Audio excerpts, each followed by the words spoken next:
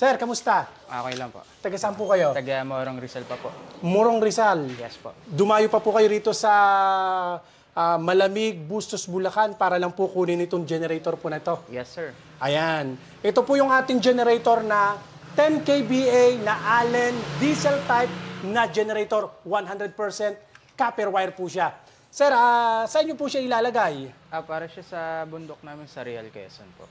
Sa Real Quezon nyo pa Yes, po sir. dadalhin tong ating generator. Apo. Ba't naisipan nyo pong sa Diskarte Pinoy TV mag-avail ng generator? Although mapakarami nyo na pong dinaanan. Galing na po kayo sa Manila. Ayan. So far, sir, kasi nakikita ko sa mga reviews niyo sa Facebook, all goods naman. So, dito na lang kami. Tsaka si father na rin na dito kumuha po. Opo. Sir, ayan, ang nakuha nyo po, with remote na po siya. With remote. Ibig Oo nga, sabihin, hindi nyo na kinakailangan lapitan pa yung generator natin para i-start. Naka-remote na po siya. Although, pwede rin po siyang key starter. Yes, sir.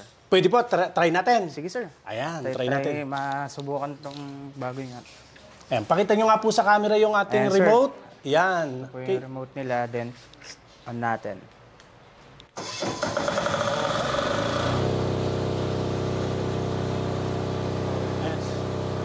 Okay, pwede na po muna patayin. Ayan. Sir, so ang kagandahan po niyan, ano po, 100% copper wire po yan, yung ating pong generator. ABR na rin po siya, ABR system na rin po, automatic voltage regulator para po yung pagpasok po ng kuryente, stable po siya, especially yung mga masiselang mga appliances po, yung mga electronics na appliances, hindi basta-basta masisira dahil automatic voltage regulator na po siya. Dalawa po yung kanyang output. Tapos ang inilalabas po niya, 220 volts na yan po yung ating gamit sa Pilipinas. At 60 Hz po siya. 60 Hz, yan ang gamit po natin sa Pilipinas. Okay? Meron po siyang battery charger. Just in case na gusto niyo po siyang gamitang ng charger, gusto niyo mag-charge po sa inyong battery, pwede po siya. No? Meron din po siyang oil alert. Pag wala pong oil, mag-a-alert po siya. Tapos may AC breaker. Once na may nag-short sa ating appliances, bumabagsak po yan para hindi masunog yung ating mga appliances. Yan po. Pwede rin po siyang key starter. Pwede rin po siya ritong manual.